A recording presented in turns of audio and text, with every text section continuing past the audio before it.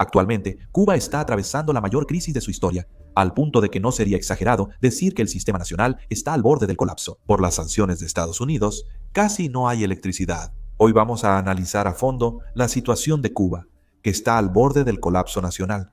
Vamos a verlo de inmediato. En Cuba, el Congreso del Partido Comunista, que iba a celebrarse por primera vez desde el fin de la era de Castro, fue pospuesto de manera repentina.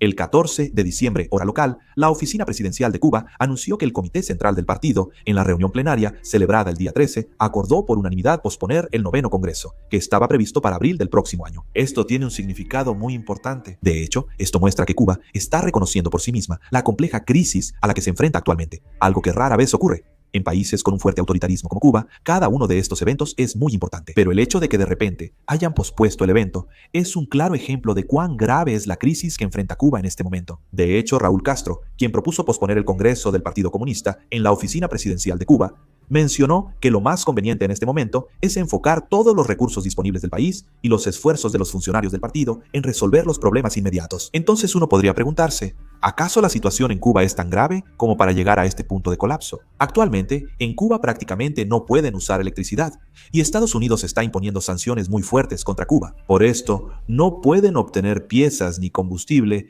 para las plantas termoeléctricas, lo que impide producir electricidad. Y sin electricidad, el gobierno cubano declaró el cierre de escuelas. Se recomendó el trabajo remoto para empleados públicos y privados, excepto personal esencial. La electricidad solo se ofrece hasta 4 horas diarias. Esto es en La Habana, la capital. En las provincias, el suministro eléctrico es aún peor. Por eso, la Autoridad Eléctrica de Cuba advierte a los residentes que se preparen para apagones. Además, incluso los alimentos y los productos básicos necesarios para sobrevivir son escasos. Cuba enfrenta su mayor crisis. Además, en octubre, el huracán Melissa azotó el este del país. Esto ocurrió hace 2 meses y aún no se ha recuperado.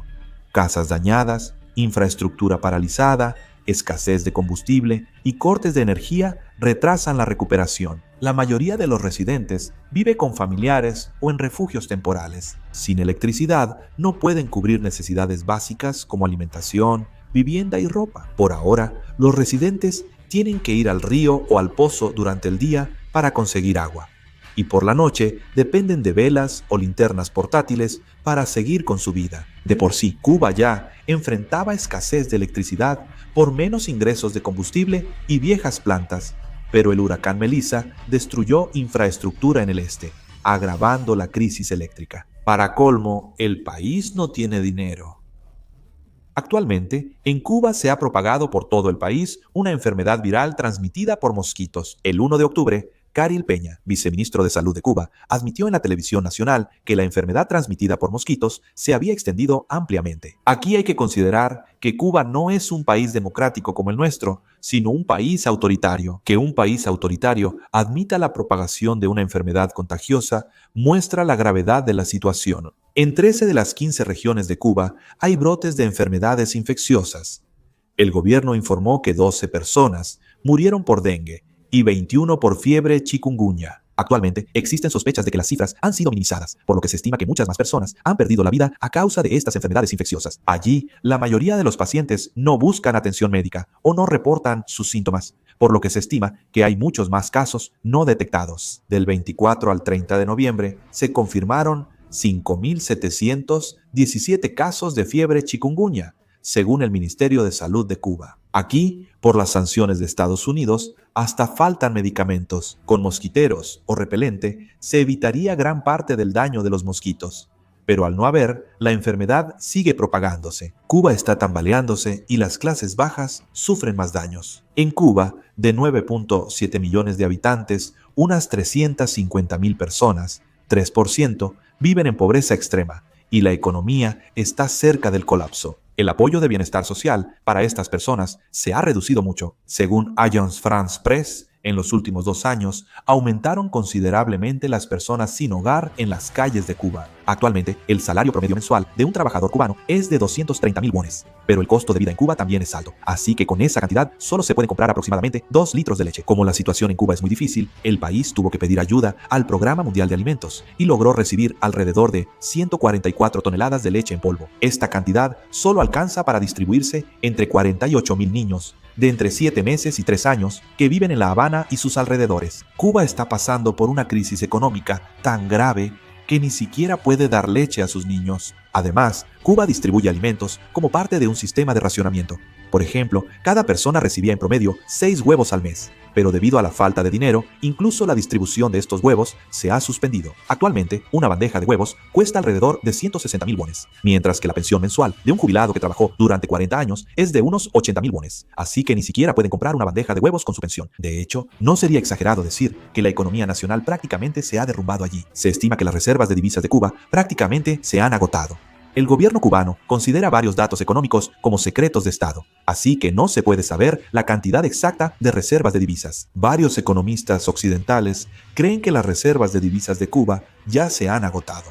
De hecho, hay 2 razones principales por las que Cuba empezó a colapsar de esta manera: la COVID-19 y el presidente Trump. Primero, hablando del presidente Trump, durante su administración, las sanciones contra Cuba se endurecieron mucho, lo que llevó a un mayor aislamiento económico. Cuando Trump aumentó la presión sobre Venezuela, la ayuda de países aliados, como Venezuela, disminuyó notablemente, dejando la economía cubana al borde del colapso. El principal producto de exportación de Cuba es el azúcar, pero su exportación fue bloqueada. Estados Unidos sancionó económicamente a Cuba con límites a remesas, ayuda y regulaciones, provocando su colapso. El COVID-19 también afectó gravemente y el turismo es el 10% de su economía. Por el COVID-19, los turistas bajaron de 4 millones a menos de 600.000 tras la pandemia. El 6% de la población cubana trabajaba en turismo, pero al bajar los turistas, todos quedaron desempleados. Por eso, Cuba tiene bajo crecimiento económico. En 2020 registró un menos 10.9%, en 2021 solo un 1.3%, en 2022 apenas un 1.8%. En 2023 fue de menos 1.9% y en 2024 registró un menos 1%. ¿Aún tiene crecimiento negativo? Claro, no solo influyen factores externos. En 2021, Cuba realizó una reforma monetaria fijando una tasa de 1 a 25 entre dólar y peso, lo que desplomó el valor de la moneda. Esto provocó problemas como que el dólar en el mercado negro alcanzó 300 pesos. Los cubanos ya ni usan las casas de cambio oficiales. Con precios de importación 10 veces mayores, la crisis económica empeora. El gobierno cubano quintuplicó el precio del combustible y subió la tarifa eléctrica un 25%. ¿Es grave la oposición de la gente? El cambio más decisivo que está ocurriendo en Cuba ahora no son las protestas en las calles ni los anuncios del gobierno, sino el hecho de que la gente se está yendo. Cuando el sistema realmente comienza a tambalearse, la primera señal que aparece es que la gente decide que ya no hay futuro en este país y empieza a cruzar la frontera. Cuba ya está en esa etapa. En los últimos años, ha habido una ola de éxodo al extranjero sin precedentes en su historia. Ha habido un aumento repentino en el movimiento de cubanos hacia la frontera sur de Estados Unidos, México y Florida. Y esta tendencia no es un fenómeno temporal, sino que se está consolidando como un éxodo estructural. Especialmente entre 2022 y 2024, es muy simbólico que cientos de miles de cubanos hayan abandonado su país. Esta cifra no es simplemente el movimiento de algunos sectores cansados de las dificultades económicas, sino una clara evidencia de que toda la sociedad se está fracturando. Lo que merece aún más atención es la composición de las personas que están huyendo. En el pasado, la fuga de cubanos se consideraba principalmente un fenómeno político y se percibía como un movimiento centrado en las élites. Sin embargo, ahora la situación ha cambiado por completo. Médicos, maestros, ingenieros y técnicos, o sea, la clase media y profesionales que sostenían la sociedad, están saliendo en masa. Cuba mantuvo durante mucho tiempo la imagen de ser una potencia médica, pero en realidad cada vez hay más regiones donde ni siquiera quedan médicos para trabajar en los hospitales, y las escuelas también enfrentan dificultades para funcionar normalmente debido a la falta de maestros. El Estado solo existe formalmente, pero quienes operaban el sistema están desapareciendo. Este fenómeno no es solo una fuga de población. Si la clase que paga impuestos y sostiene el sistema se va, el Estado pierde capacidad de recuperarse. El gobierno de Cuba afirma que el sistema y el Partido Comunista siguen, así como el ejército y la bandera, pero la realidad es otra. El Estado persiste, pero la gente se ha ido. Esta frase refleja mejor la situación actual, aunque algunos creen que es pronto para hablar de colapso estatal porque el régimen sigue. El hecho de que la gente arriesgue su vida, cruce el mar y fronteras y decida no regresar, derrumba ese argumento. Si el sistema estuviera sano, no ocurrirían estas huidas. Si el sistema funcionara normalmente, los médicos y maestros no tendrían razón para abandonar su patria. La huida masiva en Cuba no es solo una crisis económica, sino una muestra de la total pérdida de confianza en el sistema. Ahora mismo, Cuba se está convirtiendo en un país que ya se está vaciando desde adentro, incluso antes de hablar de las razones de su colapso. Estados Unidos probablemente mantendrá las sanciones económicas contra Cuba. ¿Qué le depara el futuro a Cuba? Por favor, déjenlo también en los comentarios. Con esto termino el video. Muchas gracias.